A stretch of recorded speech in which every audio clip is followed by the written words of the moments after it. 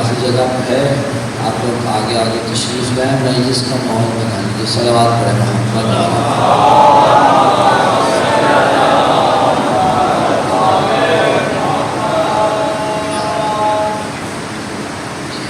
اعوذ باللہ من الشیطان الرجیم، بسم اللہ الرحمن الرحیم، الحمد للہ رب العالمین، بارئ الخلائق اجمعین، فاطر السماوات والارضین، باعث الانبیاء والمرسلین، ثم الصلاة والسلام والتحية والإكرام على سيدنا ومولانا ونبينا أبي القاسم المصطفى محمد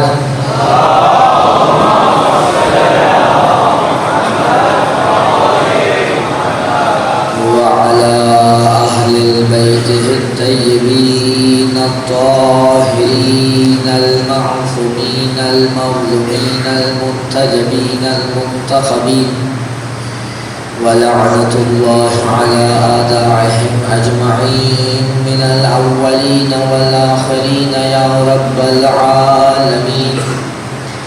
أما بعد، فقد قال سبحانه وتعالى في محكم كتابه المجيد: أعوذ بالله من الشيطان الرجيم، بسم الله الرحمن الرحيم.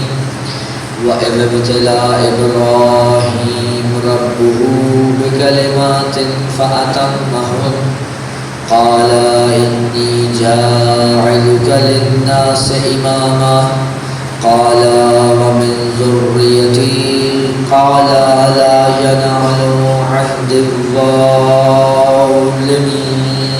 صلوات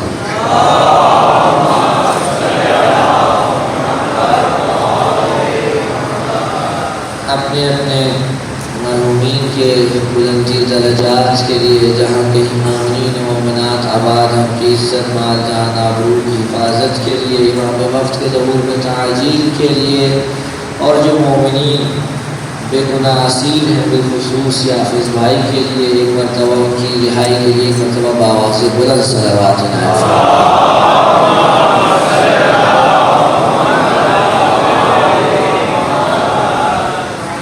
ایک اور صلوات عنایت۔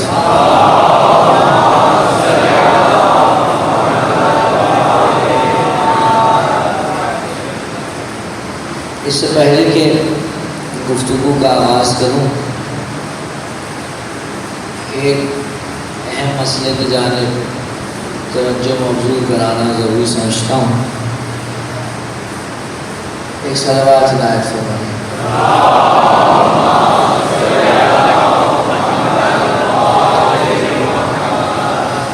یہ جتنے بھی تجربے کرنے ہوتے ہیں یہ میرے بیٹھنے سے پہلے کر لیا کریں، میرے بیٹھنے کے بعد نہ کیا کریں۔ صلوات پڑھیں محمد والے محمد۔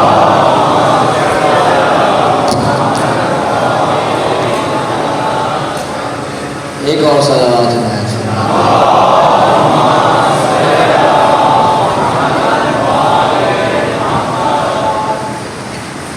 ایک اہم بات جس کی طرف توجہ دلانا چاہتا ہوں وہ یہ ہے کہ ہمارے بہت سے جوان اس وقت بلا وجہ اور بنا یہ بتائے کہ وہ کس جرم کی پاداش میں قید ہیں، پابند سلاسل ہیں۔ پاکستان کے آئین کے مطابق اگر کوئی گناہگار ہے یا اس سے کوئی خطا ہوئی ہے یا اس سے کوئی جرم سرزد ہوا ہے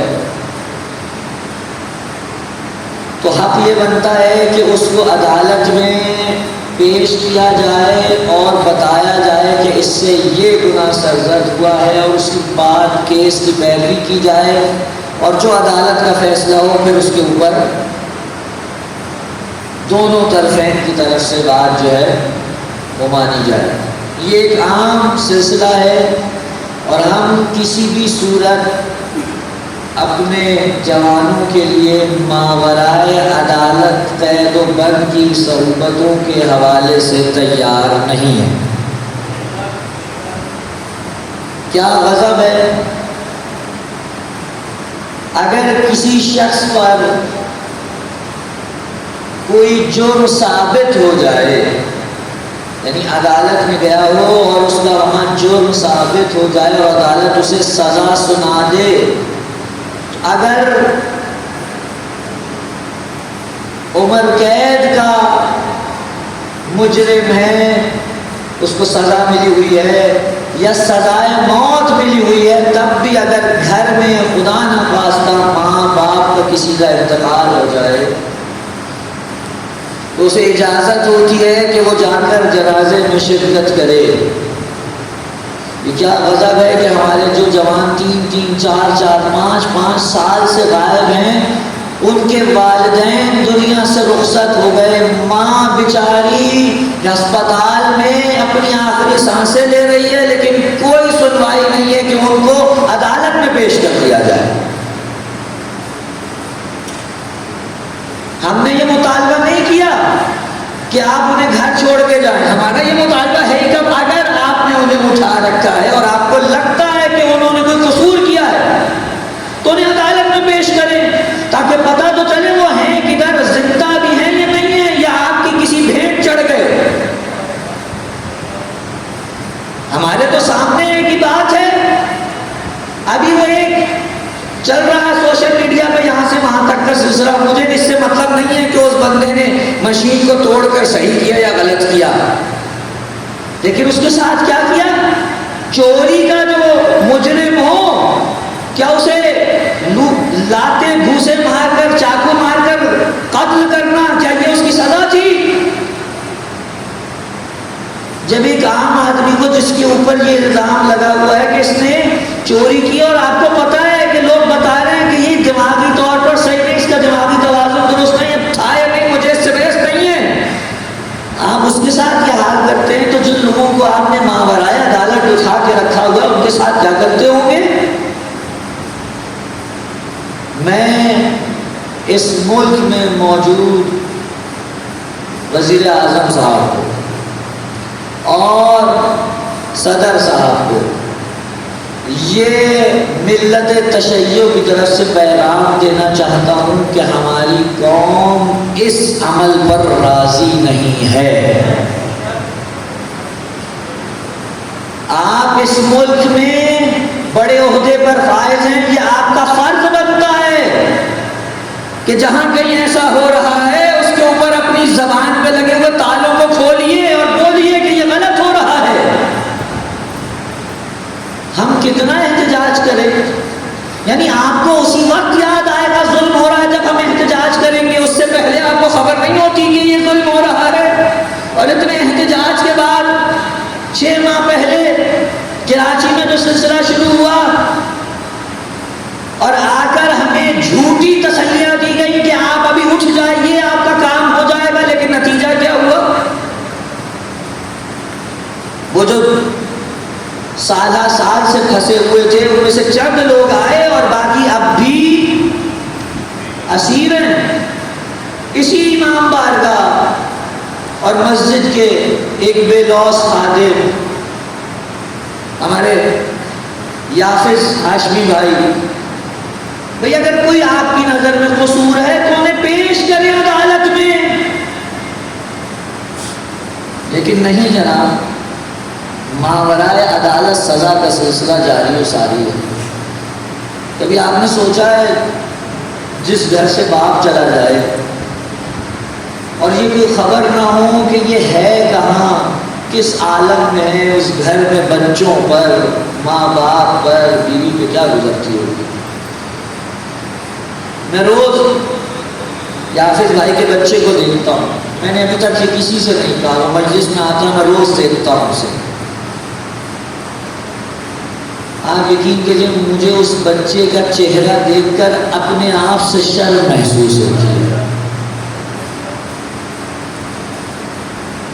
اس بچے کا آپ چہرہ دیکھیے، میں پچھلے سالوں میں اس کو دیکھتا رہا، اس بچے کا چہرہ مرجھایا ہوا ہے، گھر سے باہر چلا جائے تو کیا ہوتا ہے، یہ وہی سمجھ سکتا ہے جس کے لیے یہ مشکل بنی ہے۔ مجھے اور آپ کو یہ انتظار نہیں کرنا خدا نہ خواستہ کہ جب تک میرے گھر سے کوئی نہیں اٹھ جائے گا میں اس وقت تک اپنی زبان نہیں کھولوں گا۔ اگر ایسا کرنا ہے تو پھر اپنی باری کا انتظار کیجئے، لیکن یہ رستہ ہمیں حسین اور علی نے نہیں سکھایا ہے۔ وہ کہتے ہیں جہاں دیکھو ظلم ہو رہا ہے، اگر کچھ نہیں تو کم از کم زبان سے تو بولو۔ اور ہم مطالبہ کرتے ہیں حکومت وقت سے کہ ہمارے اسیر جتنے بھی ہیں انہیں ماورائے عدالت جو سزائیں دی جا چکی ہیں ان کو برطرف کرتے ہوئے عدالتوں میں پیش کیا جائے، اور وہاں پر اگر کوئی سلسلہ ہے تو وہاں کیس چلا کر دودھ کا دودھ اور پانی کا پانی کیا جائے۔ یہ ماورائے عدالت سزاؤں کو نہ ہم نے کل قبول کیا تو نہ ہم آج قبول کریں گے۔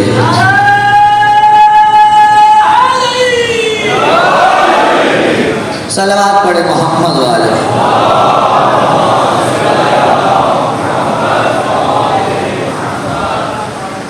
یہ ایک پیغام تھا جس کو میں اپنے اوپر شرعی وظیفہ سمجھتے ہوئے آپ کے سامنے اس کو بیان کیا، اور اب اس کے بعد گفتگو کا سلسلہ وہیں سے جوڑتے ہیں جہاں سے کل چھوڑا تھا۔ امام رضا علیہ الصلاۃ والسلام کی حدیث مبارکہ ہمارے موضوع کا نقطہ مرکزی ہے، اور ہم امام کی ہی حدیث کو آگے لے کے چل رہے ہیں جس میں میرے مولا امامت کے حوالے سے ان حقیقتوں کو بیان کر رہے ہیں کہ جن کی طرف توجہ نہیں کی گئی، اور میرے مولا ارشاد فرماتے ہیں کہ امامت ایک عہدہ خداوندی ہے، اور یہ عہدہ ہر ایک اور ہر کس و ناقص کے لیے نہیں ہے، بلکہ یہ عہدہ ایک ایسا عہدہ ہے کہ جس کے لیے میرے مولا نے ارشاد فرمایا یہ منزلۃ الانبیاء ہے اور وارث و اوصیاء ہے۔ توجہ، یعنی یہ انبیاء کی منزلت ہے۔ امامت میں نے کل عرض کیا، کل بات یہاں چھوڑی تھی، امامت میں اور نبوت میں جو اس کے حامل ہیں شرائط کی کوئی تفریق نہیں ہے۔ جو شرائط امام کے لیے چاہیے وہ وہی ہیں جو نبی کے لیے چاہیے۔ ایسا نہیں ہو سکتا کہ امام کے اندر دوسری شرائط ہوں اور نبی کے اندر دوسری شرائط۔ اب آگے بڑھتے ہیں، کل میں نے جملہ اس کا آگے کا جملہ کیا ہے؟ وارث الاوصیاء، امام وہ ہے کہ جو امامت کا عہدہ جو ہے وہ وراثت اوصیاء ہے۔ توجہ چاہتا ہوں، میں صرف یہاں پہ دو اوصیاء کا ذکر کروں گا، بات آگے بڑھانی ہے مجھے۔ ہم اوصیاء میں دیکھتے ہیں حضرت موسیٰ علیہ السلام کے وصی یوشع بن نون، کیا نام ہے جی؟ یہ دوسرے وصی ہے۔ اس سے پہلے کون تھے؟ حضرت ہارون، جو بھائی بھی ہیں، جن کے لیے خود کا وَاجْعَلْ لِي وَزِيرًا مِّنْ أَهْلِ هَارُونَ، اخی پروردگار میرے اہل میں سے میرا وزیر بنا دے جو میرا بھائی ہارون ہے۔ توجہ چاہتا ہوں، لیکن جناب ہارون کا انتقال حضرت موسیٰ کی اپنی زندگی میں ہو گیا ہے۔ اس کے بعد ان کے وصی کون بنے؟ یوشع بن نون۔ آپ دیکھیے کیا خدا نے مماثلتیں رکھی ہے، مماثلتیں ہیں۔ اگر آپ حضرت موسیٰ کی زندگی میں دیکھیں اور رسول اللہ کی زندگی میں دیکھیں آپ کو مماثلتیں دکھیں گی۔ اسی طرح سے اگر آپ جناب یوشع بن نون کی زندگی اور ہارون کی زندگی کو دیکھیں تو آپ کو امیر المومنین کی زندگی سے اس میں مشابہتیں ملیں گی۔ اور ایک مشابہت کیا ہے؟ یہ روایت اہل سنت نے بھی نقل کی ہے، توجہ چاہتا ہوں، جو اب میں نقل کرنے جا رہا ہوں۔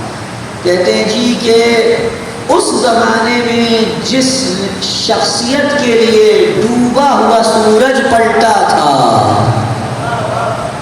وہ حضرت یوشع بن نون تھے، اور اس زمانے میں جس کے لیے ڈوبا ہوا سورج پلٹا وہ علی ابن ابی طالب تھے۔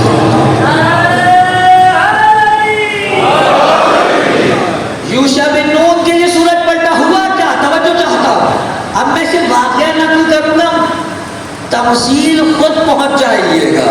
حضرت یوشع بن نون کے لیے جب سورج پلٹا، جناب یوشع بن نون جب وصی بنے حضرت موسیٰ کے، تو خود حضرت موسیٰ کی زوجہ نے حضرت موسیٰ کے وصی سے جنگ کی۔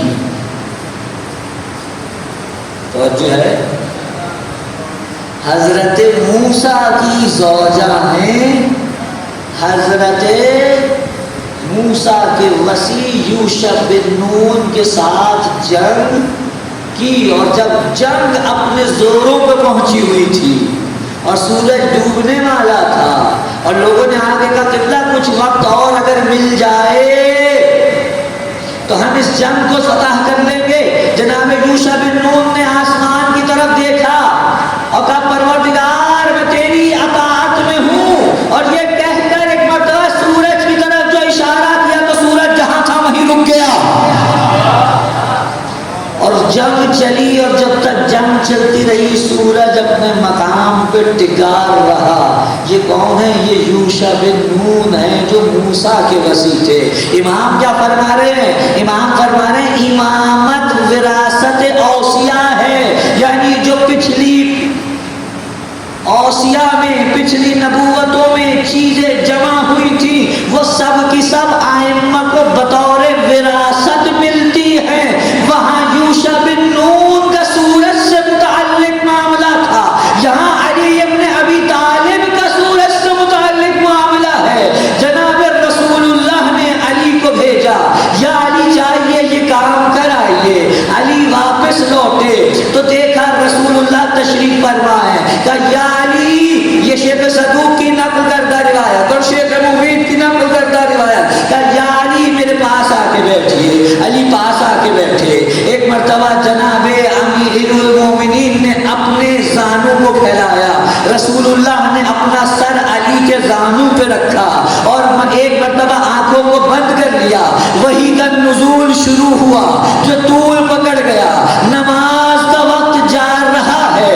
علی نے بیٹھے بیٹھے اشاروں سے نماز پڑھی، اور جب پڑھ چکے تو ایک مرتبہ سورج قریب غروب ہے، رسول اللہ کی آنکھ کھلی، کہا یا علی آپ نے نماز پڑھ لی؟ کہا یا رسول اللہ آپ کی اطاعت میں تھا، آپ کا سر نیچے نہیں رکھ سکتا تھا، آپ میرے مولا ہیں، آپ کا سر نیچے نہیں رکھ سکتا تھا، نماز قضا نہیں کی ہے، نماز اشاروں سے پڑھی ہے۔ وہاں اللہ کی اطاعت ہو رہی تھی، یہاں رسول کی اطاعت ہو رہی تھی۔ ایک مرتبہ رسول اٹھے، ہاتھوں کو اٹھایا، کہ پروردگارا تو شاہد ہے، علی تیری اطاعت میں بھی تھا، تیرے رسول کی اطاعت میں بھی تھا، علی کے لیے سورج کو پلٹا دے۔ راوی کہتا ہے، جناب ام ایمن کہتی ہے، میں نے دیکھا سورج جو ڈوبا ہوا تھا ایک مرتبہ واپس اٹھنا شروع ہوا۔ علی مصلی عبادت پہ آئے، ہاتھوں کو بلند کیا، کہا اللہ اکبر۔ علی نے نماز ادا کی، اور سورج اس کے بعد واپس اپنے مقام پہ پلٹ گیا۔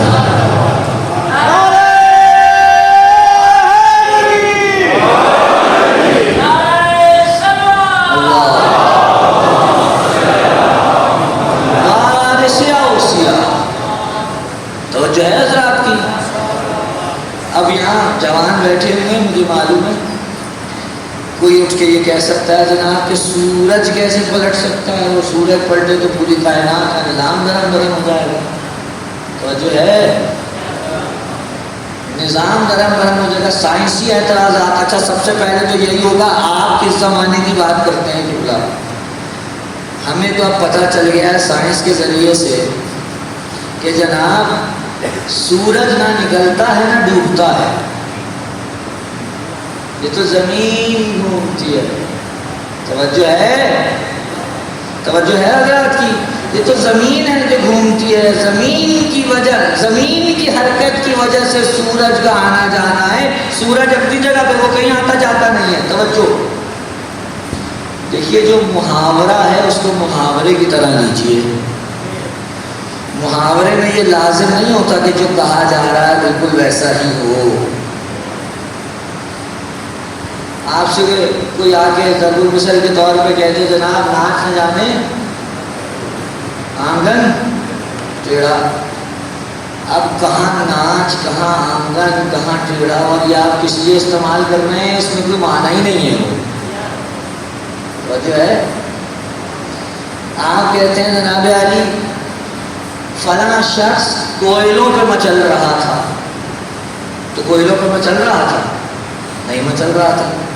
یہ زبان کے طریقے ہیں جن سے آپ کسی حقیقت کو اس لباس میں پیش کرتے ہیں جو لفظوں کی تحت مکمل نہیں ہوتا، لیکن معنی وہاں تک پہنچ رہے ہوتے ہیں۔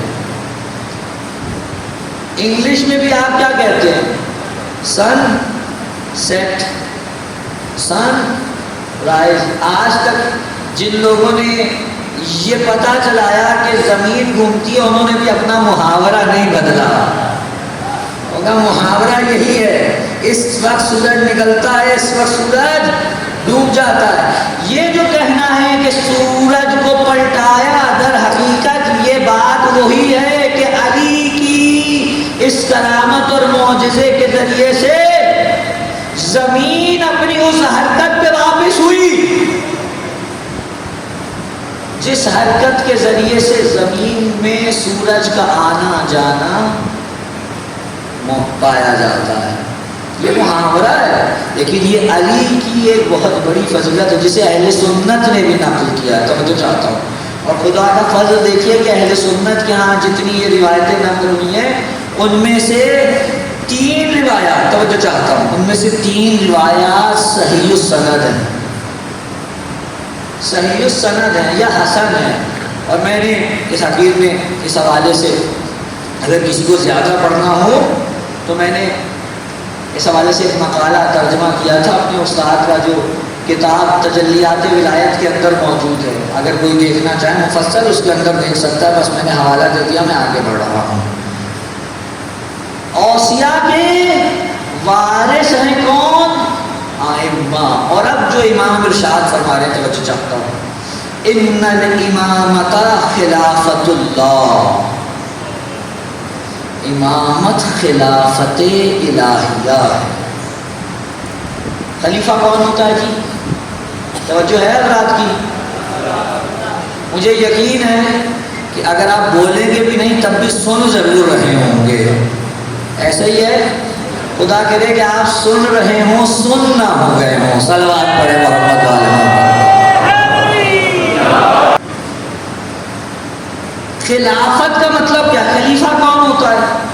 خلیفہ کہتے ہیں اسے جو پہلے کوئی گیا ہو اور جانے والا اپنی جگہ پہ جسے بٹھا جائے، اسے کہتے ہیں جی کیا؟ خلیفہ۔ خلف سے ہے یعنی بعد میں آنے والا۔ توجہ چاہتا ہوں، خلیفہ وہ کہ جو بعد میں رہے۔ خدا نے حضرت آدم کے لیے کیا کہا؟ انی جاعل فی ارض خلیفہ، میں زمین میں آدم کو اپنا۔ سوال، خدا کہاں آیا ہے یا کہاں گیا ہے جو خلیفہ بنانا پڑے؟ خدا تو نعوذ باللہ، خدا کے بارے میں تو کوئی یہ نہیں کہہ سکتا کہ کوئی یہاں تھا یہاں سے کہیں چلا گیا ہے تو خلیفہ بنائے گا۔ تو پھر یہ خلیفہ کیا ہوا خدا کا؟ توجہ، اور کوئی رد بھی نہیں کر سکتا کیونکہ قرآن میں موجود ہے۔ خدا کیا کہہ رہے ہیں؟ انی جاعل فی ارض خلیفہ، میں زمین میں آدم کو اپنا خلیفہ بنا رہا ہوں۔ پروردگار نہ تو کہیں آتا ہے نہ کہیں تو جاتا ہے، اور پھر کہہ رہا آدم میرا خلیفہ ہے۔ توجہ، کہا آدم کے خلیفہ ہونے کا یہ مطلب نہیں ہے کہ خدا کہیں آتا ہے یا کہیں جاتا ہے۔ آدم کے خلیفہ ہونے کا مطلب یہ ہے کہ خدا نے ایک ذات کو اس دنیا میں اپنے کمالات کا مظہر بنا کے بھیجا ہے، کیونکہ ہر انسان میں یہ قدرت نہیں ہے کہ وہ براہ راست خدا تک پہنچ سکے، لہذا خدا نے مخلوقات کے اور اپنے درمیان میں ایک واسطہ رکھا ہے، اور اس واسطے کو خدا اپنی زبان میں خلیفۃ اللہ کہتا ہے۔ حضرت آدم خلیفۃ اللہ ہیں۔ اچھا، آدم کے علاوہ بھی کوئی خلیفہ ہے؟ توجہ، یہاں ایک اور سوال بھی کیا جا سکتا ہے، یہ خلیفہ اور امام میں کیا فرق ہوتا ہے؟ امام کیا کہہ رہے ان الامامۃ خلافۃ اللہ، ایک طرف کہہ رہے امامت، ایک کہہ رہے خلافت، یعنی امامت کو محمول کر رہے ہیں خلافت کے اوپر۔ تو امامت اور خلافت میں فرق کیا ہوتا ہے؟ آیت اللہ جوادی عاملی نے تفسیر تسلیم میں کیا خوب جملہ لکھا، کہا امامت اور خلافت میں فرق یہ ہے، اگر ایک شخص سے پہلے کی چیز پہ نگاہ ہو تو خلافت ہے، اور اگر اس سے بعد کی چیز پہ نگاہ ہو تو امامت ہے۔ اس شخص کو جسے خدا خلیفہ بناتا ہے، اس سے پہلے وہ خود ہے، لہذا جب خدا کی طرف سے بات ہوگی تو کہا جائے گا خلیفۃ اللہ، لیکن جب انسانوں کی طرف سے بات ہوگی تو کیونکہ انسانوں سے آگے ہے لہذا کہا جائے گا امام۔ ادھر سے خلیفہ، ادھر سے امام۔ اور یہ جو خلیفۃ اللہ ہے، امام کیا کہہ رہے ہیں؟ امامت در حقیقت خلافت الہیہ ہے۔ یہ خلافت خدا نے کسے دی؟ جناب آدم کو، اور جناب آدم کو جب یہ خلافت ملی، توجہ، تو دلیل کیا ہے اس خلافت کی؟ یہ خلافت فرشتوں نے بڑا شور مچایا، پروردگار نے کسے بنا دیا؟ یہ تو فساد کرے گا، خون بہائے گا۔ فَإِنِّي أَعْلَمُ مَا لَا تَعْلَمُونَ، جو میں جانتا ہوں تم نہیں جانتے۔ اور فرشتوں نے بھی اس کا جواب مان لیا تھا، پروردگار تو کہہ رہا ہے تو ہم خاموش، ہم نہیں بولیں گے۔ خدا نے کیا کہا جو میں جانتا ہوں تم، اور اس کے بعد اب دلیل دے رہا ہے کہ میں آدم کو خلیفہ کیوں بنا رہا ہوں۔ فرماتا ہے وَعَلَّمَ آدَمَ الْأَسْمَاءَ كُلَّهَا ثُمَّ عَرَضَهُمْ عَلَى الْمَلَائِكَةِ، خدا نے آدم کو تمام اسماء کا علم دیا، اور اس کے بعد ان اسماء کو پیش کیا ملائکہ کے سامنے۔ توجہ، اور جب ملائکہ کے سامنے پیش کیا تو ملائکہ جواب دینے سے قاصر رہے، اور جب قاصر رہے تو وہ فوراً مان کے نہیں، غلطی ہماری تھی، ہم نے کیوں اعتراض کیا، ہم نے کیوں سوال اٹھایا۔ معلوم ہے آدم کو جو خلیفہ بنایا گیا ہے، اس خلافت کے ملنے کی وجہ اسماء الہیہ کی تعلیم تھی، اور یہ تعلیم وہ نہیں ہے جو آپ اور میں حاصل کرتے ہیں۔ توجہ چاہتا ہوں میں آپ کی، آپ کیا کرتے ہیں جناب؟ کوئی چیز حاصل کرنی ہو جا کے استاد کے پاس بیٹھتے ہیں، کوئی سکھا دیں۔ ایک چیز سیکھنے کے لیے آپ کو کتنے ماہ لگ جاتے ہیں، سال لگ جاتے ہیں، لیکن آدم کو جب اسماء سکھائے خدا نے تو وہ ایسی تعلیم نہیں تھی۔ آپ جو تعلیم حاصل کرتے ہیں وہ علم حصولی ہے، آدم کو جو تعلیم دی وہ علم حضوری تھا، وہ ایک دفعہ میں دفعتاً آدم میں منتقل کیا، کہا جس کے پاس یہ اسماء ہوں گے وہ میرا خلیفہ ہے۔ اور اب میں چلا امام جعفر صادق علیہ السلام کے پاس، اور میں نے کہا مولا یہ خلافت جو ملی، یہ جو اسماء کا علم ملا، یہ ماجرا کیا ہے؟ الکافی کے اندر پورا باب ہے، جائیے پڑھیے۔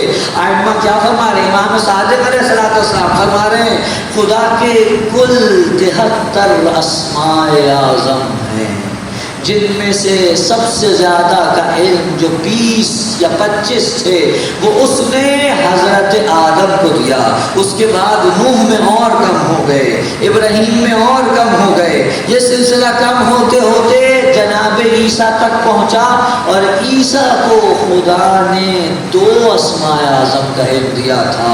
ان 2 اسماء کا کرشمہ یہ تھا کہ جب چاہتے تھے مردہ زندہ کر دیا کرتے تھے، جب چاہتے تھے کوڑی کو شفا دے دیتے تھے، جب چاہتے تھے تو اندھوں کو آنکھیں دے دیا کرتے تھے۔ اس کے بعد فرماتے ہیں خدا نے عاصم ابن برقیہ کو، توجہ چاہتا ہوں، جس کے لیے قرآن مجید نے یہ کہا کہ اس کے پاس کتاب کا کچھ علم تھا، جس کے پاس کتاب کا کچھ علم تھا، فرماتے ہیں خدا نے عاصم ابن برقیہ کو جو جناب سلیمان کے وصی تھے ایک اسم اعظم کا علم دیا۔ اس ایک اسم اعظم کا کمال یہ تھا کہ جب حضرت سلیمان نے کہا تم میں سے کون ہے جو تخت بلقیس کو اس کے آنے سے پہلے میرے سامنے حاضر کرے، تو ایک مرتبہ ایک جن اٹھا اور اس نے کہا اس سے پہلے کہ آپ اپنا دربار برخاست کریں میں وہ تخت لے آؤں گا۔ جناب سلیمان نے کہا نہیں مجھے اس سے بھی قبل چاہیے، تو قرآن نے صفت بیان کی، قرآن نے کہا وہ شخص کھڑا ہوا کہ جس کے پاس کتاب کا کچھ علم تھا، ومن عنده علم من الکتاب، جس کے پاس کتاب کا کچھ علم تھا وہ کھڑا ہوا اور اس نے کہا اے سلیمان، اے نبی اللہ، میں وہ تخت اس سے پہلے کہ آپ اپنی پلک جھپکیں وہ لے آؤں گا۔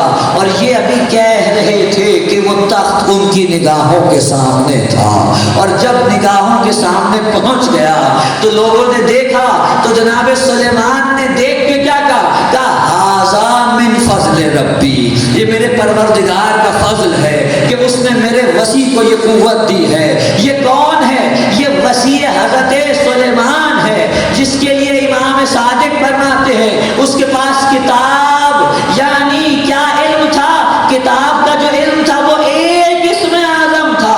اور اب اس کے بعد ارشاد فرماتے ہیں تم نے جب یہ آیت پڑھ لی ہے تو کیا وہ آیت پڑھی ہے جس میں خدا کہہ رہا ہے کہ وہ یقول الذین کفروا لست مرسلا قل کفی باللہ شہیدا بینی وبینکم ومن عنده علم الکتاب۔ اے رسول اگر یہ آ کر تیری رسالت کو جھٹلاتے ہیں تو پرواہ نہ کر، تیری رسالت کی گواہی کے لیے ایک میں خدا کافی ہوں، اور ایک وہ جس کے پاس کل کتاب کا علم ہے، جس کے پاس کتاب کے جز کا علم تھا، اس کی قوت یہ تھی کہ وہ چشم زدن میں تخت بلقیس اٹھا کے لایا اور سلیمان کے قدموں میں لا رکھا۔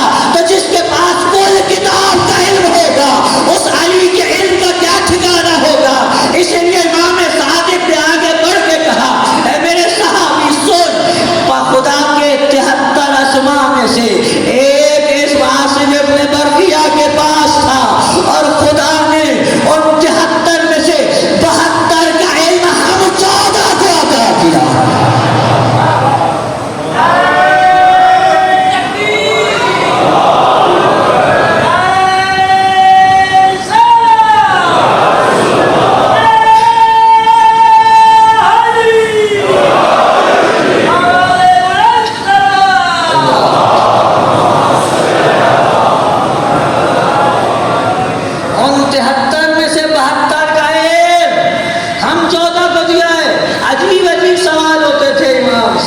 ایک شخص نے آگے کہا آقا آپ نے یہ آیت پڑھی ہے جو عاصم ابن برقیہ سے متعلق، کہا پڑھی ہے۔ کہا مولا اچھا یہ بتائیے آپ کے علم میں اور عاصم ابن برقیہ کے علم میں کیا فرق ہے؟ تو جو ہے نا حضرات کی کیا فرق ہے؟ امام نے تمثیل سے سمجھانے کی کوشش کی۔ کہا بات سنو، کیا ایسا ہوا ہے کبھی کہ تم دریا کے کنارے بیٹھے ہو؟ ہاں بالکل ایسا ہوا ہے۔ کہا دریا کے کنارے بیٹھے کسی چڑیا کو پانی پیتے دیکھا ہے؟ کہا جی مولا متعدد بار دیکھا ہے۔ کہا جب چڑیا پانی پیتی ہے تو اس کی چونچ میں کتنا پانی آتا ہے؟ کہا جتنی اس کی چونچ ہوتی ہے اتنا ہی آتا ہے، بے قدر اشک بلبل، تھوڑا سا پانی آتا ہے۔ کہا ذہن میں آ گیا ہے جب دریا بہتے دریا سے ایک چڑیا پانی پیے تو اس کی چونچ میں کتنا پانی ہوتا ہے؟ کہا بالکل ذہن میں آ گیا۔ کہا بس اب سمجھ لو کہ جو چڑیا کی چونچ میں ہے وہ عاصم ابن برقیہ کا علم ہے، جو دریا میں بہہ رہا ہے وہ ہم اہل بیت کا علم ہے۔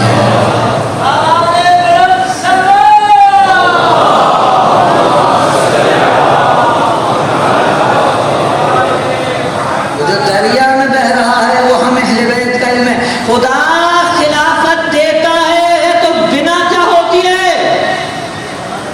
بات وہیں پر ہے۔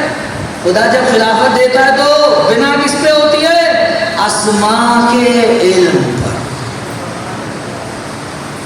اب یہیں سے یہ بھی ثابت ہو جائے گا ہر خلیفہ کا مقام ایک سا نہیں ہے۔ خدا کے بنائے ہوئے خلیفہ ہے لیکن ہر خلیفہ کا مقام ایک سا نہیں ہے۔ جس کو ایک حرف اعظم ملا اس کا اتنا مقام ہے، جسے 2 ملا اس کا اتنا مقام ہے، جسے 20 ملے اس کا اتنا مقام ہے، اور جسے 72 ملے اس کا اتنا مقام ہے۔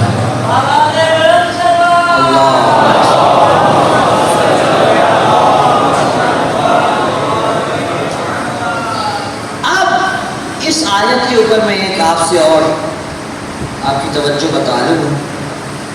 اس آیت میں ایک لفظ استعمال ہوا انی جاعل فی الارض، میں زمین میں۔ توجہ، یہاں یہ احتمال پیدا ہو سکتا ہے کہ جناب جو فی کہا گیا نا، فی ارض، زمین میں، اس کا مطلب یہ ہے کہ بس خلیفہ کی خلافت صرف زمین تک ہے۔ توجہ ہے، فی عرض خلیفہ سے کوئی یہ سمجھ سکتا ہے کہ خلیفہ کی خلافت سے زمین تک ہے، جبکہ ایسا نہیں ہے، کیونکہ جس کا یہ خلیفہ بن رہا ہے وہ صرف زمین پہ ہی تو مالک نہیں ہے۔ ایک خدا کا خلیفہ ہے نا، تو خدا تو ہر جگہ پہ احاطہ رکھتا ہے، ہر چیز کو احاطہ کیے ہوئے۔ یہ بات طے ہے کہ جس کا خلیفہ ہوتا ہے اس کے اختیارات کا حامل ہوتا ہے۔ بھئی اگر کسی کو میں اپنی جگہ پہ بٹھا کے جاؤں تو جتنی بھی چیز میرے سے متعلق ہے وہ میں اس سے متعلق کر کے جاؤں گا۔ توجہ ہے، اگر میں کسی کو اپنی جگہ پہ بیٹھا کے جاؤں اور مثلا میں کسی فرم کا باس ہوں اور میں اسے یہ حق دے کے نہ جاؤں، توجہ رکھیے میری طرف، کہ بھائی تم میری طرف سے میری نیابت میں دستخط کرنے کے کسی بھی چیز پر مختار ہو، تو ایسے کہ بنا کے جانے کا فائدہ کیا ہے؟ میں ویسے ہی چلا جاؤں۔ بھائی اگر کسی کو چھوڑ کے جا رہا ہوں اختیارات دیے بنا، تو ایسے چھوڑنے کا کیا فائدہ ہے؟ توجہ ہے، خدا کہہ رہا ہے میں اپنا خلیفہ بنا رہا ہوں اس شخص کو جس کا نام آدم ہے۔ اس کا مطلب یہ ہے کہ آدم کو جو خلیفہ بنایا جا رہا ہے، یہ فی عرض جو ہے یہ آدم کے رہنے کی جگہ کا تعین ہے، اس کی خلافت کی حدود کا تعین نہیں ہے۔ یعنی یہ نہیں کہہ رہا خدا کہ اس کی خلافت صرف دنیا تک ہے۔ اگر دنیا تک خلافت ہوتی تو فرشتوں سے سجدہ نہ ہوتا۔ بھائی فرشتے تو عرش سے باہر ہیں، فرشتے تو دنیا میں تھے، فرشتے کہاں تھے؟ عالم بالا میں، اور وہ کس کے سامنے سجدہ کر رہے ہیں؟ آدم کے۔ معلوم ہوا آدم کی خلافت کہاں تک ہے؟ نہیں ایسے شاید میں نہیں سمجھا پا رہا، توجہ چاہتا ہوں۔ آدم خلیفہ ہیں، آدم کے بعد دوسرے خلیفہ ہوئے، اور پھر جو خدا کا آخری درجے تک، آخری حد تک پہنچا ہوا خلیفہ، اس کا نام ہے محمد مصطفیٰ صلی اللہ علیہ وسلم۔ جو آخری درجے تک پہنچا ہوا اس خلیفہ کا کیا نام ہے؟ محمد مصطفیٰ۔ محمد مصطفیٰ کی اگر خلافت دیکھنی ہو تو میں 2 آیتیں پڑھتا ہوں۔ پروردگار تیری تعریف کرنی ہے، کیسے کروں؟ کہا الحمدللہ رب العالمین، ساری تعریفیں رب العالمین کے لیے ہیں۔ میں نے کہا پروردگار تیرے نبی کی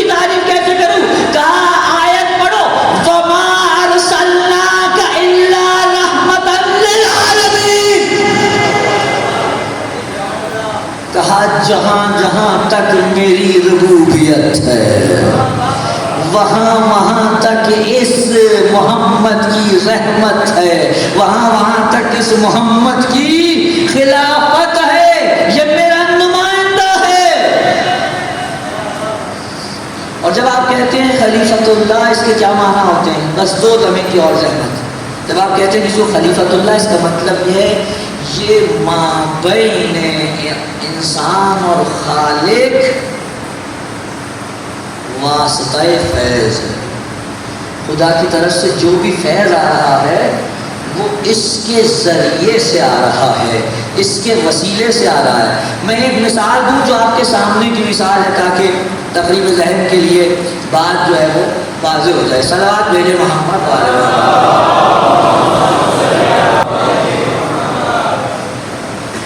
آپ صلوات پڑھتے ہیں اہل بیت پر، آپ کیا کہتے ہیں؟ اللہ محمد والے محمد پر رحمت نازل فرما۔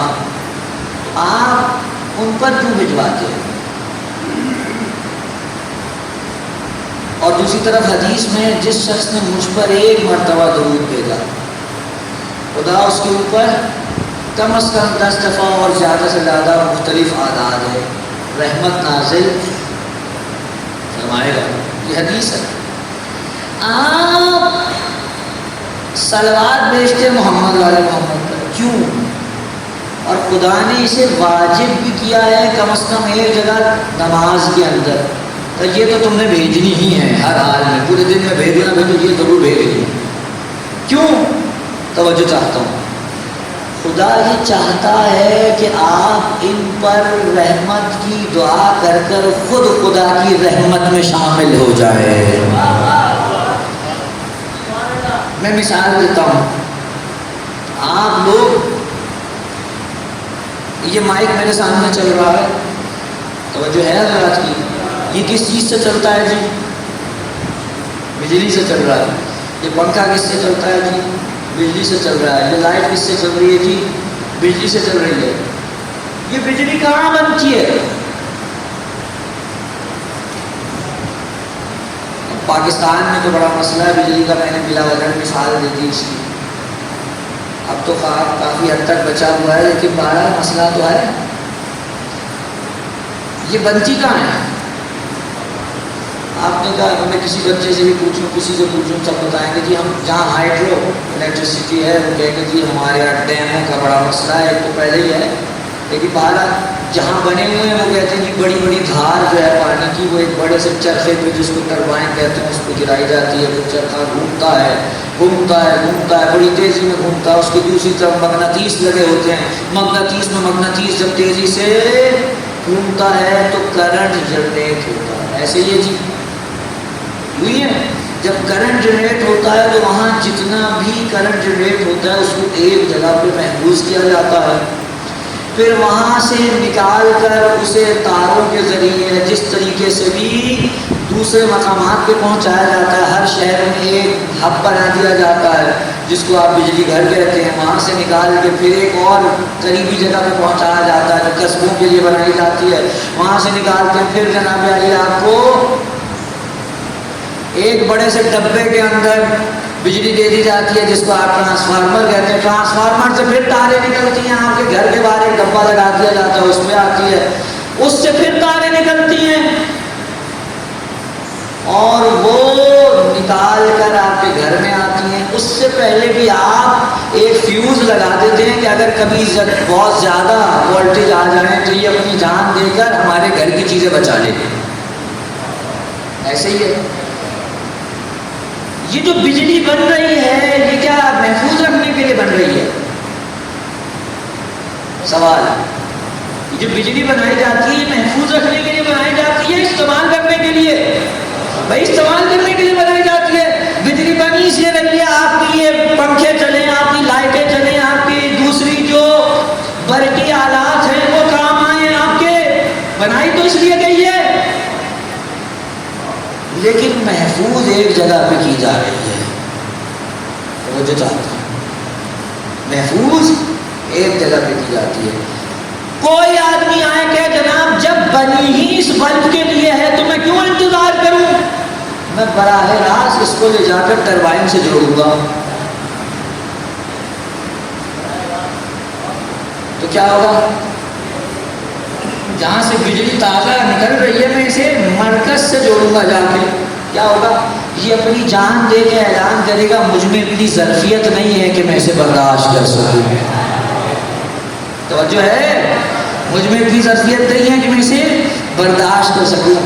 آپ کا معاملہ بھی بالکل ایسا ہی ہے، آپ کو خود در حقیقت اپنے لیے رحمت چاہیے، لیکن آپ میں اتنی سخت نہیں ہے کہ براہ راست جا کر خدا سے رحمت لے لے۔ خدا نے کہا اگر تمہیں اپنے لیے رحمت چاہیے تو میں تمہیں طریقہ بتاتا ہوں، کہو اے اللہ محمد اور ان کی آل پہ رحمت نازل کر، وہ میری رحمت کی اسٹوریج ہے، وہاں میری رحمت اسٹور ہوتی ہے، وہ ذخیرہ رحمت ہے، میں رحمت محمد اور آل محمد پہ نازل کروں گا، اور وہاں سے جس کی جتنی ظرفیت ہوگی اس کو اس کے مطابق تقسیم ہوتی رہے گی۔ یہ معنی ہے خلیفۃ اللہ کے، یعنی اہل بیت واسطہ فیض الہی ہے، اس کی رحمت بھی ہم تک ان کے ذریعے سے پہنچتی ہے۔ صلوات پڑھے محمد والے،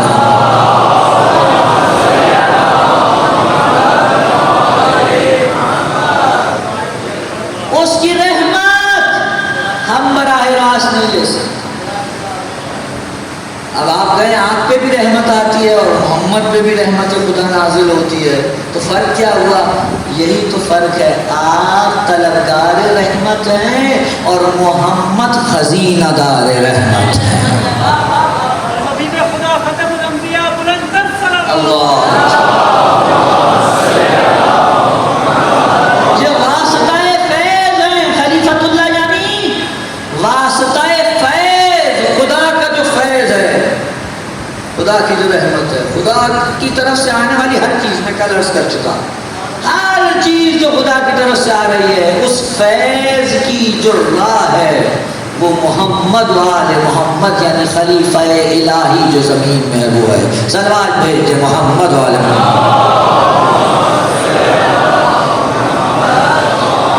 اور اب ایک حدیث سن لیجیے الکافی سے، جب کوئی شخص خلیفۃ اللہ بن جاتا ہے تو وہ کس درجے پہ ہوتا ہے یہ سن لیجیے، اور یہاں بہت سے خلفشار بھی دور ہو جائیں گے، اس حدیث کو سن لیں۔ امام محمد باقر علیہ السلام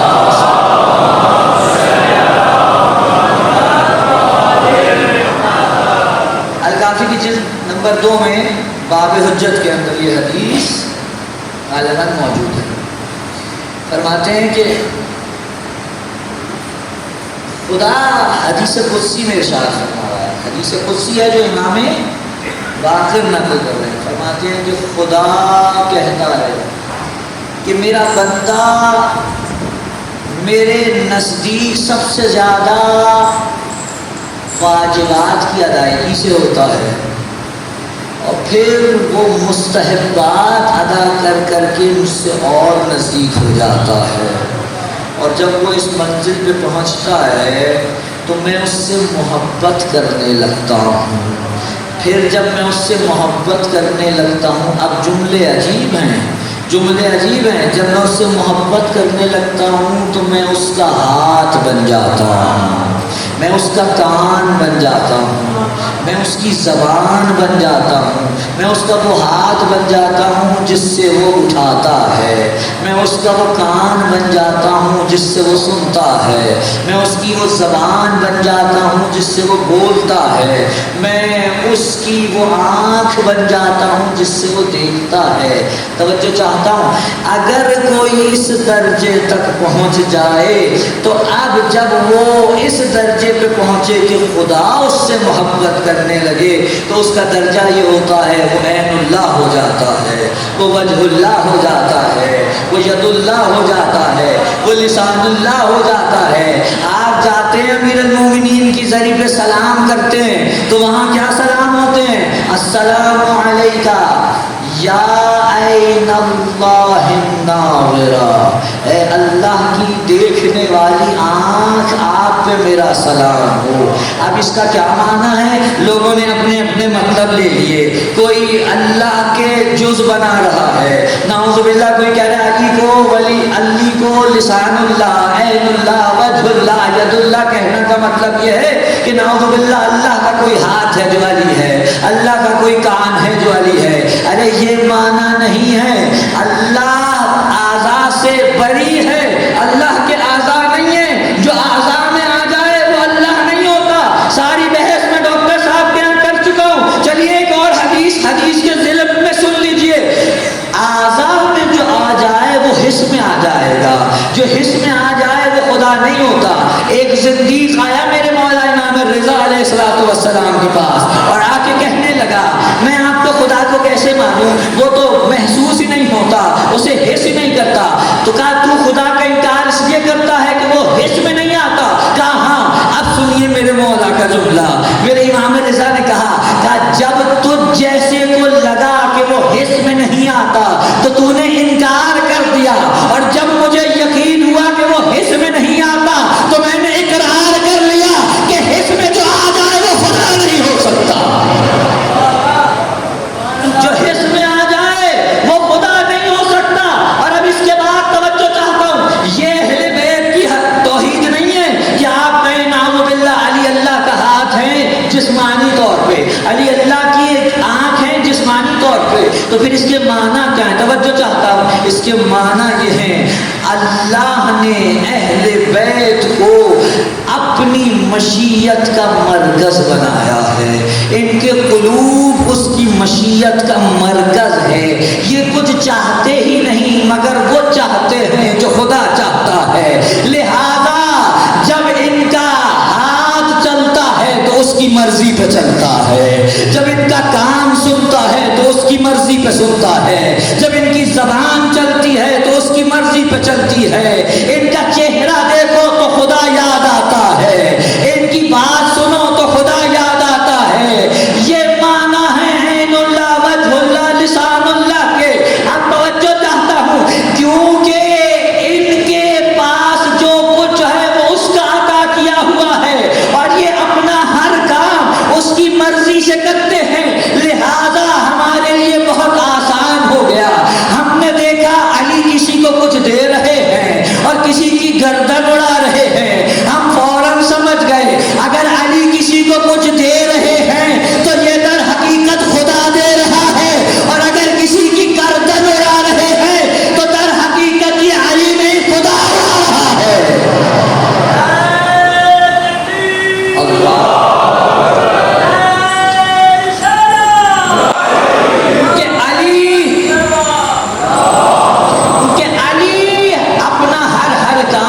مشیت کے ساتھ کرتے ہیں، علی کوئی کام خدا کی مشیت کے خلاف نہیں کرتے۔ علی کی تلوار چلتی ہے تو مشیت الہی پہ، علی کا ہاتھ اٹھتا ہے تو مشیت الہی پہ، علی کی آنکھ کھلتی ہے تو مشیت الہی پہ۔ ان کے قلوب خدا کی مشیت کا گھر ہے،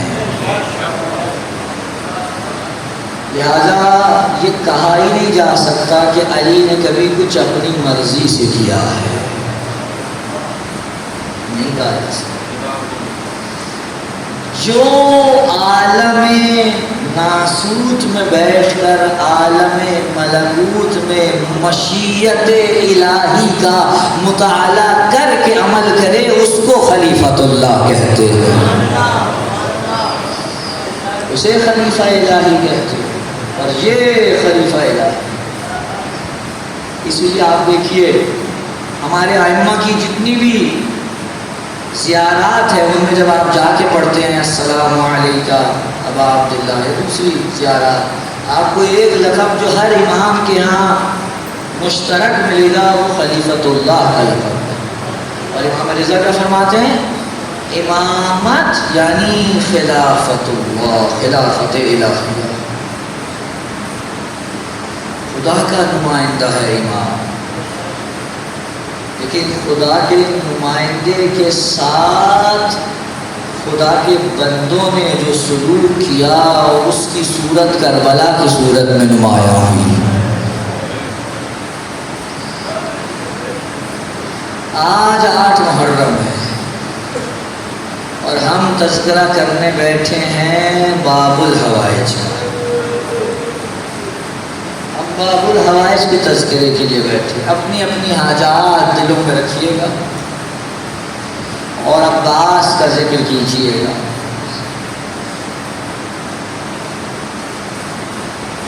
علامہ عبد الرزاق مکرم صاحب مقتل مکرم اپنی کتاب میں ایک جگہ لکھتے ہیں کہ کیا وجہ ہے کہ امام سجاد نے، توجہ میری جان رکھی، کیا وجہ ہے کہ امام سجاد نے باقی شہداء کو تو امام حسین کے ساتھ دفن کیا لیکن حضرت عباس کا حرم الگ ہے؟ ایک سوال اٹھایا انہوں نے، اور پھر اس کے بعد کہتے ہیں کہ یقیناً امام کے سامنے جو مسلطیں ہوں گی وہ تو وہی جانتے ہیں، کوئی اور نہیں بیان کر سکتا، لیکن کہتے ہیں میری نگاہ میں شاید جو مجھے لگ رہا ہے وہ یہ ہے کہ امام سجاد جانتے تھے 32 سالہ زندگی میں عباس کی دنیا معرفت حاصل نہیں کر سکی، عباس کا حرم الگ بنایا کیونکہ اگر عباس کو حسین کے ساتھ گنج شہیدہ میں دفن کرتے تو بے شک کرامت عباس سے ظاہر ہوتی، لیکن کیونکہ حرم امام حسین میں ہوتے لوگ منسوب امام حسین سے کر دیتے، عباس کو الگ حرم میں دفن کیا، الگ حرم بنا تاکہ تا قیام قیامت عباس کے حرم سے کرامتوں کا اظہار ہو اور دنیا کو معلوم ہو کہ خدا کے نزدیک عباس کا کیا مقام ہے۔ عباس صاحب کرامت باب الحوائج، لیکن عباس کی ایک اور خاصیت بھی آپ کو معلوم ہے، جائیے مقاتل اٹھائیے، مقاتل اٹھائیے، کربلا میں کتنے شہید ہیں، علی اکبر، علی اصغر، عمر محمد، قاسم، کتنے شہید ہیں۔ اب جملہ میں آپ کی نظر کر رہا ہوں، مجھے نہیں پتا، اگر اس جملے کو محسوس کر پائیں تو گھر تک رونے کے لیے کافی ہے۔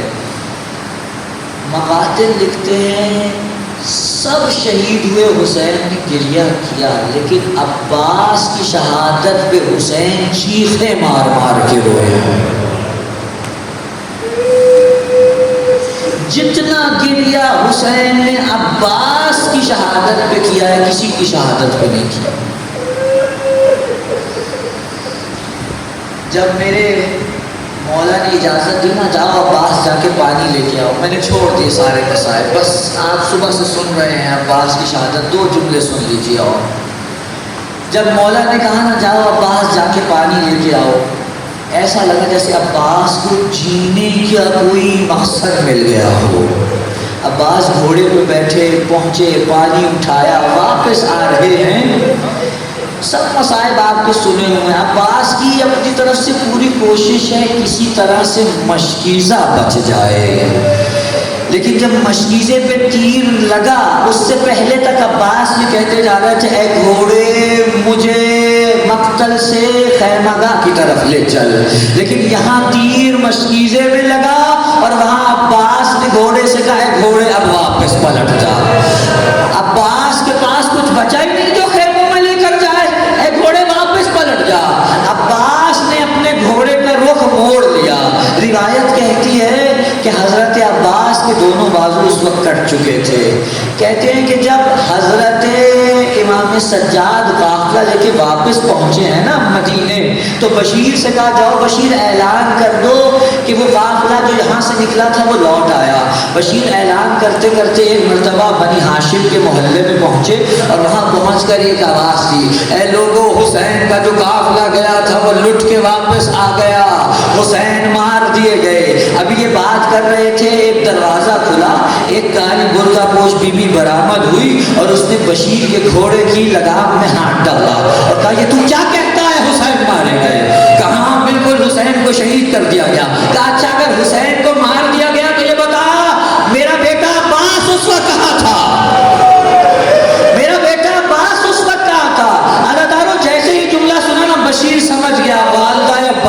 ام البنین ہیں۔ ایک مرتبہ سمٹ گیا، کہا آقا ذاتی آپ کا بیٹا حسین سے پہلے شہید ہو چکا تھا۔ کہا اچھا میرا بیٹا شہید ہو گیا تھا، مجھے بتا میرا بیٹا کیسے شہید ہوا؟ بشیر نے کہا آقا زادی آپ کے بیٹے کے سر پہ گرز لگا جس کی وجہ سے وہ زین سے زمین پہ گرے۔ ماں سے بہتر بیٹے کو کون جانتا ہے؟ ایک مرتبہ آگے بڑی ام البنین کہنے لگی نہیں میں نہیں مان سکتی۔ کہا کیا ہوا آقا زادی؟ کہا میں نہیں مان سکتی کوئی عباس کے اتنا نزدیک آ جائے کہ عباس کے سر پہ گرز مارے۔ کہا آقا زادی جب گرز لگا بازو نہیں تھے، بس یہ جملہ سنا، ایک مرتبہ کمر تھام کے زمین پر بیٹھ گئی اور کہا جب بھی کوئی بلندی سے زمین پہ گرتا ہے تو بازو کا سہارا لیتا ہے۔ جب میرا بیٹا عباس گرا ہوگا، ارے کس شے کا سہارا لیا ہوگا؟ روایت کہتی ہے عباس کے سینے میں جتنے تیر تھے وہ پش سے باہر نکل گئے۔ عباس زین سے زمین پہ آئے۔ حضرت آپ سنتے رہتے ہیں نا عباس کی آنکھ میں تیر لگا، عباس کی آنکھ میں تیر لگا۔ مجھ سے پوچھیں یہ کب لگا تھا عباس کی آنکھ میں؟ اس وقت جب بازو کٹ چکے تھے۔ آپ جہاں بیٹھے ہوئے ہیں کسی کی آنکھ میں ایک تنکا چلا جائے تو کیا ہوتا ہے آپ جان سکتے ہیں۔ عباس کی آنکھ میں تیر لگا ہے۔ ایک ذاکر یہ مسائل پڑھ رہا تھا، سامنے ایک آیت اللہ بیٹھے تھے کربلا معلیٰ میں، انہوں نے کہا کہ یہ مسائل نہ پڑھا کرو، یہ بہت سخت ہیں اور مجھے یقین نہیں کہ عباس کے ساتھ ایسا ہوا تھا۔ اس نے ان کی بات مان لی، کہا کہ ٹھیک ہے میں کل سے یہ مسائل نہیں پڑھوں گا۔ وہ ذاکر تو گھر چلا گیا۔ یہ علامہ اسماعیل یزدی نے کتاب صحاب الرحمہ میں لکھا ہے، وہ ذاکر تو گھر چلا گیا۔ رات کو جب جا کر یہ عالم دین سوئے تو خواب میں کیا دیکھتے ہیں؟ عباس آئے ہیں، عباس آئے ہیں اور عباس نے ان کی طرف دیکھ کے کہا تم نے کیوں روکا اس کو میری مصیبت پڑھنے سے؟ کہا کہ میرے نزدیک یہ صحیح نہیں تھا اس لیے روک دیا۔ کہا تمہیں کیا پتا مجھ پہ کیا مظالم ٹوٹے ہیں، آؤ میں تمہیں بتاتا ہوں عباس پہ کیا گزری۔ کہا میری ایک آنکھ میں تیر پہ بس تھا، میں نے چاہا کہ اپنے ہاتھ جو کٹے ہوئے ہیں ان سے کھینچ کے اس تیر کو نکال دوں مگر تیر نہیں نکلا۔ میں نے چاہا کہ اپنا سر جھٹک کے تیر کو نکال دوں مگر نہیں نکلا۔ میں نے سر جھکایا اور اس تیر کو اپنے زانوں میں پھنسا کے نکالنا چاہا، ابھی سر جھکایا ہی تھا ایک لائن نے سر پہ آ کے گرز مارا، عباس زین سے زمین پہ گرے، آواز دی آقا، عباس کا آخری سلام، اور وہاں حسین نے کمر تھامی اور یہ کہتے ہوئے چلے عباس تم نہیں گرے، حسین کی کمر ٹوٹ گئی۔ ایک مرتبہ پہنچے لاش پر، دیکھا جوان ابھی ایڑیاں رگڑ رہا ہے، وصیتیں ہو گئی آقا میرا لاشا خیمے میں نہ لے جائیے گا۔ بات چیت ہو گئی، حسین کی چہرے کی طرف نگاہ کی، حسین نے آنکھ سے لہو صاف کیا، چہرے کی طرف نگاہ کی، عباس نے ہچکی لی اور عباس کی روح کف انصری سے پرواز کر گئی۔ بھائی کی آغوش میں بھائی کا دم نکل گیا، لیکن عزادارو حسین نے عباس کے جنازے پہ کھڑے ہو کر ایک مرثیہ پڑھا ہے، یہ عجیب مرثیہ ہے۔ اس سے جانیے گا عباس حسین کے لیے کتنے اہم تھے۔ عباس کو مخاطب کیا، ایک مرثیہ حسین نے پڑھا عباس کے لیے اور ایک مرثیہ وہ تھا جو ام البنین پڑھا کرتی تھی عباس کے لیے۔ ام البنین کا مطلب کیا ہے؟ بیٹوں کی ماں۔ جب کربلا کے بعد آ کر ام البنین کو لوگ کہتے تھے نا ام البنین، تو ام البنین کہتے تھی اب مجھے ام البنین نہ کہا کرو، میرے بیٹے کہا رہے ہیں جن کی وجہ سے تم مجھے بیٹوں کی ماں کہتے ہو۔ اور حسین نے کیا مرثیہ پڑھا؟ ایک مرتبہ اٹھے، علم کو اٹھایا اور ایک جملہ کہا عباس عباس تیری وجہ سے جو سوتے نہیں تھے اب وہ آرام سے سوئیں گے، اور جو بچے تیری وجہ سے چین سے سو جاتے تھے اب وہ سو نہیں سکیں گے۔ آدار حسین نے عباس کا علم اٹھایا اور خیمے میں لے آئے، بحرام برپا